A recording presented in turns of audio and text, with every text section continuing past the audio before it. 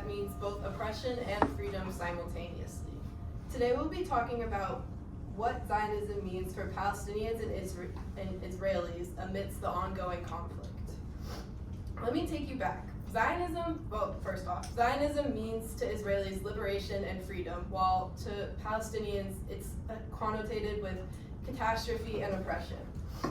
Looking back at Zionism, the term was coined far after centuries of anti-Semitism for Jewish people and became popular around 1949 after liberation from the Holocaust, when Jews began to believe they needed a national homeland because they didn't feel safe as minorities in other countries, like around Europe and stuff. The homeland was named Palestine, and that's where the word Zionism became a word of bad context for natural-born Palestinians who were beginning to get removed and began getting affected by Zionism when Jews began to take over as Palestine became their religious homeland.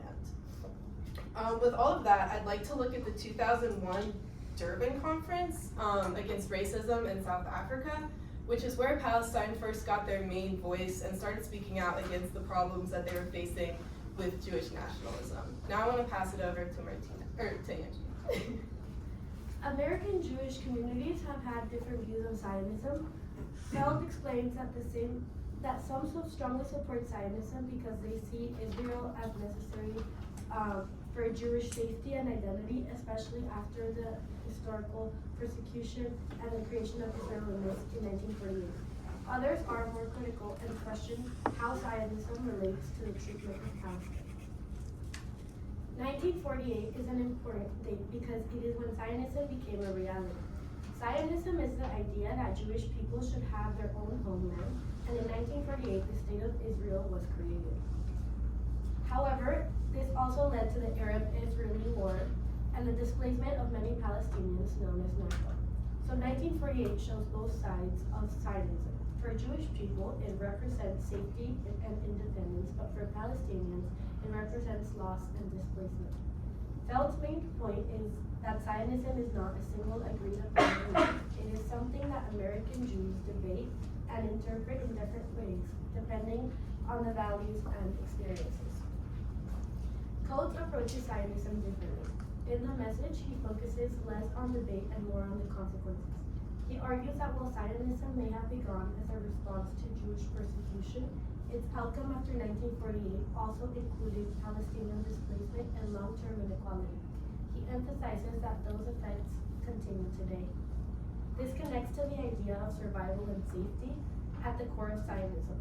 For many supporters, Zionism is about ensuring Jewish survival and creating a safe homeland after centuries of persecution.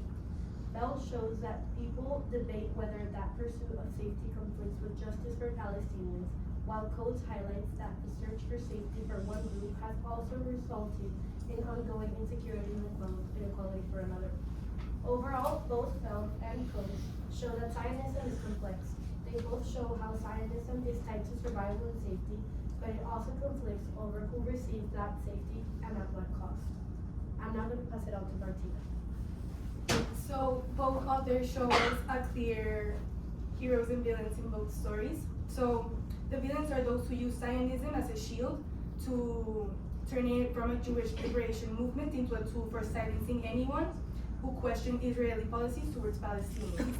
For Field, that is the mainstream American Jewish establishment, organizations that refuse to welcome Mandela without conditions, that pressured the US to boycott UN anti-racism conferences, and that labeled anyone who criticized Israeli policies as an anti-Semitic. They made Zionism as untouchable loyalty test.